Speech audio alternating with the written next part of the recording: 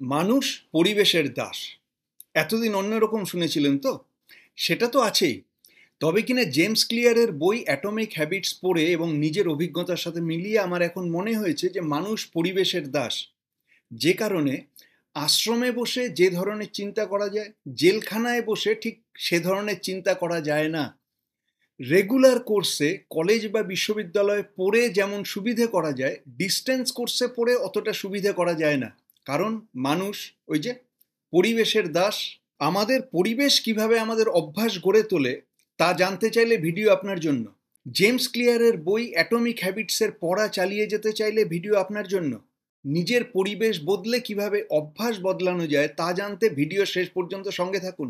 James ক্লিয়ারের বই atomic habits থেকে শেখার অষ্টম ভিডিও এটা। আজকাল কারই বা আর বসে বসে বই পড়ার সময় আছে, কাজেই আমি না হয় পড়ে দিই আপনাকে। ধারাবাহিকতা রাখতে চাইলে আগের 7টা ভিডিও দেখে নিতে ভুলবেন না যেন। আমরা আগেই আলোচনা করেছি যে কোনো অভ্যাস বা হ্যাবিট তৈরি করার 4টে ধাপ আছে: কিউ, ক্রেভিং, রেসপন্স এবং রিওয়ার্ড। কিউ মানে আমি খেয়াল করলাম, ক্রেভিং মানে মনে ইচ্ছে জাগলো, রেসপন্স মানে ইচ্ছা পূরণের কাজ করলাম এবং রিওয়ার্ড মানে আমি ফল পেলাম। এই 4টে ধাপ পরপর পরপর বারবার দিনের পর দিন হতে হতে আমাদের অভ্যাসে দাঁড়িয়ে যায়। তখন আর আমাদের আলাদা করে মনে রাখতে হয় না, অসচেতনভাবেই আমরা কাজগুলোকে টানা লাগাতার করে যেতে থাকি। মানে আমরা আমাদের অভ্যাসের দাস হয়ে যাই। এই 4টে ধাপের মধ্যে প্রথম ধাপ অর্থাৎ কিউ বা খেয়াল করাকে আমরা চোখে পড়াও বলতে পারি। আর ঠিক এখানেই আমাদের পরিবেশ গুরুত্বপূর্ণ হয়ে ওঠে, কারণ আমাদের চোখে পড়া এবং অভ্যাস এই দুটো বিষয় অঙ্গাঙ্গিভাবে একসাথে জুড়ে গেছে। চারপাশে আমরা যা দেখি সেগুলোই আমাদের এক একটা হ্যাবিটের কিউ। ঠিক এই কারণেই আমাদের পরিবেশ বদলালে আমাদের অভ্যাসও বদলে যায়। ব্যাপারটা ঠিক কীরকম? বাড়ির পরিবেশে আমরা একরকমের আচরণ করি, আবার অফিসের পরিবেশে সম্পূর্ণ আলাদা। বাড়িতে ক্যাজুয়াল, অফিসে ফর্মাল। এবং এই ক্যাজুয়াল এবং ফর্মালের পার্থক্যটা শুধু আমাদের পোশাকে থাকে না, আমাদের ভাবনা চিন্তা, আচার আচরণ, আমাদের মুখের ভাষা সব জায়গায় থাকে। ধরুন বাড়িতে আপনি বারমুডা পরে খালি গায়ে আছেন, বিছানায় বা সোফায় এলিয়ে বসে আছেন, মোবাইলে বা ল্যাপটপে এন্টারটেনমেন্ট খুঁজছেন। আপনার মুখের ভাষা হয়তো খাইসি, করসি, গেসি হয়ে আছে। ঠিক সেই আপনি অফিসের পরিবেশে গিয়ে সম্পূর্ণ অন্য মানুষ। আপনি ফর্মাল জামা কাপড় পরে আছেন, পায়ে জুতো না থাকলে আপনার কেমন একটা খালি খালি লাগছে। চেয়ারে টান টান হয়ে বসে আছেন আপনি, মোবাইলে এবং আপনার ল্যাপটপে কাজের জিনিস খুঁজছেন। আপনার মুখের ভাষা খেয়েছি, করেছি, গিয়েছি এরকম হয়ে গেছে। মানুষ যখন বলে কিছু করার জন্য বাইরে যেতে হবে, বাইরে না গেলে কিছু হবে না, তখন মানুষ ঠিকই বলে। নিজের অভিজ্ঞতা থেকে দেখবেন, যে মানুষটা নিজের এলাকায়, নিজের গ্রামে নিষ্কর্মা, সেই দূর শহরে গিয়ে দারুণ কর্মঠ। নিজের এলাকায় যে কোনোদিন কিচ্ছু করে উঠতে পারেনি, বাইরের কোনো রাজ্যে, বাইরের কোনো দেশে গিয়ে সে দারুণ কিছু করে দেখিয়ে দিচ্ছে। কেন? ওই যে কিউ। সে যে নিষ্কর্মা, তার পরিবেশের ভিজুয়াল কিউর সঙ্গে তার নিষ্কর্মা ভাব জুড়ে আছে। যতদিন সেই একই পরিবেশ, একই দৃশ্য তার চোখে পড়বে, সে নিষ্কর্মাই রয়ে যাবে। যেই মুহূর্তে নূতন পরিবেশে যাওয়া হবে, ঠিক সেই মুহূর্তেই পুরনো অভ্যেসগুলোর বদলে নূতন অভ্যেস তৈরি করা সহজ হয়ে যাবে। হ্যাঁ, সে অভ্যেস ভালোও হতে পারে, খারাপও হতে পারে। কিছু ছাত্র বাইরে পড়তে গিয়ে ভালোও করতে পারে, কিছু উচ্ছন্নেও যেতে পারে। তবে কিনা উচ্ছন্নে যাওয়ার থেকে ভালো করার সংখ্যা অনেক বেশি, বরাবরই বেশি। সেই জন্যেই আজও বাবা মায়েরা তাদের ছেলে মেয়েদের ভালো করার জন্য বাইরে পাঠাতে চান। গ্রামের ছেলে শহরে আসতে চায়, বস্তির ছেলে প্রফেশনাল পাড়ায় ভাড়া যেতে চায়। পরিবেশ কিভাবে আমাদের অভ্যাসকে প্রভাবিত করে তার বিস্তারিত আলোচনায় যাওয়ার আগে জানিয়ে রাখি, আমার নাম প্রবীর চ্যাটার্জি, আমি মিড লাইফ ট্রান্সফরমেশন কোচ। 40 পেরোনো পুরুষদের ভালো ভাবা, ভালো বলার, ভালো দেখানো শিখিয়ে তাদের জীবন বদলাতে সাহায্য করাই আমার কাজ, এবং সেই কাজ সংক্রান্ত ভিডিও পোস্ট করছি প্রত্যেক সপ্তাহে। এখনও না করে থাকলে এখনই আমার এই চ্যানেল সাবস্ক্রাইব করুন, আর এই ভিডিওটাকে শেয়ার করতে ভুলবেন না। আপনার কোন বন্ধুর কাজে লেগে যায়? তাহলে দুটো অনুরোধ রইল আপনার জন্য: 1 সাবস্ক্রাইব, 2 শেয়ার। জেমস ক্লিয়ার তার বই অ্যাটমিক হ্যাবিটসে আমাদের দৃশ্যমান পরিবেশ এবং আমাদের অভ্যাসের ওপর তার প্রভাবের কথা বলতে গিয়ে ডিপার্টমেন্টাল স্টোর বা সুপার মার্কেটের উল্লেখ করেছেন। যে কোনো ডিপার্টমেন্টাল স্টোরে ঢুকলেই দেখবেন দামি এবং শৌখিন জিনিসগুলো আপনার চোখের সামনে থরে থরে সাজানো। সে কসমেটিক্স হোক কি খেলনা হোক কি কেক বিস্কুট কিংবা কোল্ড ড্রিঙ্ক, আপনার চোখের সামনে সাজানো। আর নেহাত কাজের জিনিস, চাল ডাল আটা ময়দা কিংবা হাঁড়ি কড়াই হাতা খুন্তি একেবারে পেছনে দূরে রাখা। অর্থাৎ আপনি কাজের জিনিসটা আনতে গেলেও এই শৌখিন জিনিসের মধ্যে দিয়ে বারে বারে আসা যাওয়া করতে করতে একটা না একটা অতিরিক্ত খরচা করবেনই করবেন। তো আমাদের এই 5টা ইন্দ্রিয়ের মধ্যে চোখ এত গুরুত্ব পাচ্ছে কেন? তার কারণ প্রকৃতি নিজেই সেরকম ব্যবস্থা করে রেখেছে।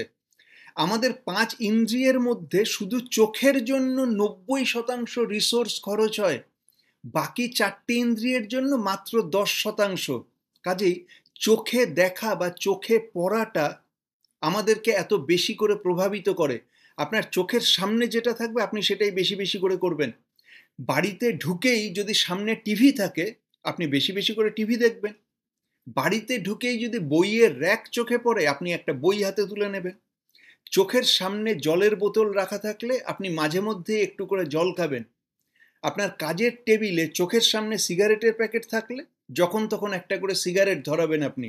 মানে যেটা বেশি বেশি করে চোখে পড়বে আমরা সেটাই বেশি বেশি করে করব, আর যেটা আমরা বেশি বেশি করে করি সেটাই আমাদের অভ্যাস। আমাদের আলোচনা কি চলছে তা নিয়ে নয়, কিন্তু আমাদের আলোচনা কি করা যায় তা নিয়ে। অর্থাৎ যে অভ্যাস আছে তো আছেই, নূতন অভ্যাস অন্য রকম কিছু কিভাবে করা যায় সেটা নিয়ে ভাবছি আমরা। এখানে যখনই আমরা পরিবেশের কথা বলছি আমরা জানি এবং বুঝতে পারছি আমাদের পরিবেশ আমাদের অভ্যাসকে প্রভাবিত করে। বড়লোকদের পাড়ায় সবাই নিচু গলায় কথা বলে, বস্তিতে সবাই উঁচু গলায় কথা বলে। কারোর বাড়িতে হয়তো সকাল থেকে জোরে জোরে লারেলাপ্পা গান বাজে, কারোর বাড়িতে সবাই হয়তো চুপচাপ বই পড়ে।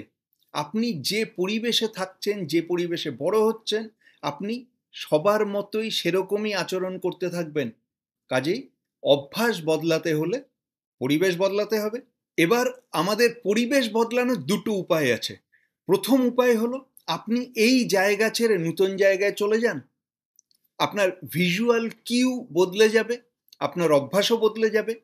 ঠিক যেমন ভালো প্রতিভাবান খেলোয়াড়েরা ন্যাশনাল ক্যাম্পে গিয়ে থাকা শুরু করে, কিন্তু নিজের জায়গা ছেড়ে অন্য জায়গায় যাওয়ার উপায় না থাকলে আপনার এই পরিবেশটাকে একটু এদিক ওদিক করে বদলে নিতে হবে যাতে কিউগুলো বদলে যায়। আপনার যদি রাতে ঘুমানো নিয়ে সমস্যা থাকে তাহলে নতুন একটা কাজ শুরু করুন। শুধুমাত্র ঘুমানোর সময় ছাড়া আপনি কিছুতেই বিছানায় যাবেন না। আপনার বাকি কাজকর্ম হয় অন্য ঘরে, নয়তো এই ঘরেরই অন্য কোনো কোনায় অন্যদিকে ঘুরে তাকিয়ে করুন। সারাদিনের সব কাজ অন্য জায়গায় বসে করছেন, রাতে শুধু ঘুমানোর সময়টুকু আপনি বিছানায় যাচ্ছেন।